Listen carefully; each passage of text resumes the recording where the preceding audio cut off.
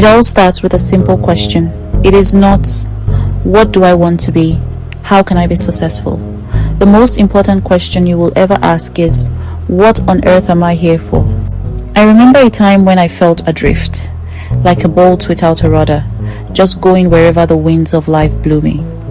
I was busy, yes.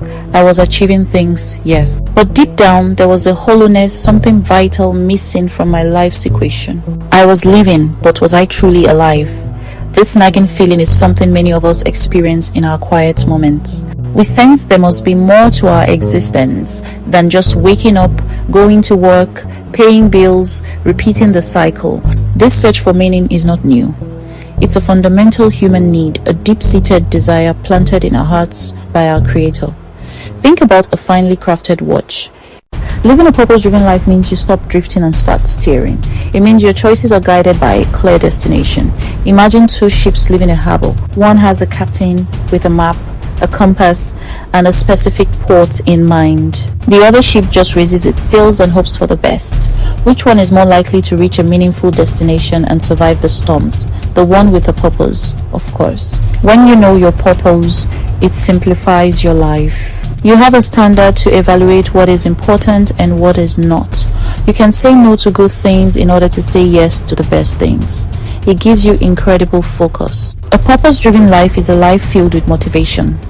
Purpose creates passion. It gets you out of bed with energy and enthusiasm, even on difficult days. When you are working towards something bigger than yourself, challenges don't defeat you, they develop you. They become opportunities to grow stronger and more reliant on God's power. Life on earth is a warm-up act, a dress rehearsal for the main event. Let me tell you about a woman named Katie.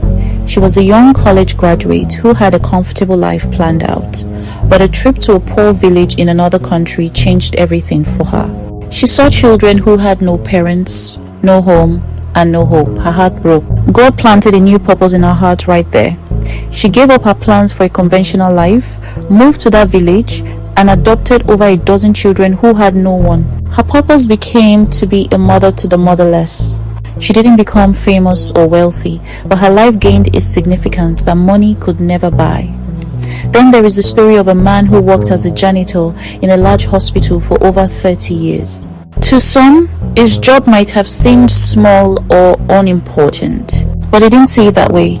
He believed his purpose was to create a clean, safe, and encouraging environment for sick people and their worried families. He learned the names of patients, he prayed for them, and he always had a kind word. So, how can you begin to discover the unique purpose God has for you? The first step is simple. Get to know your Creator. You cannot know the purpose of an invention without asking the inventor. In the same way, you cannot know your purpose in life without having a relationship with God through Jesus Christ. The Bible is God's owner's manual for life. As you read it and spend time in prayer, you will begin to understand His character, His values, and His plan for humanity. This is the foundation. Start by asking Him to reveal His purpose for you, and then listen with an open heart. Second, take a look at how God has uniquely shaped you.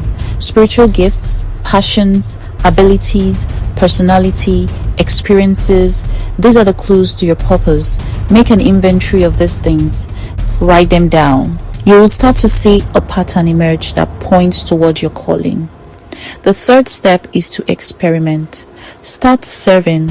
Try different things. As you step out in faith and begin to serve others, take the first small step of faith. Begin today.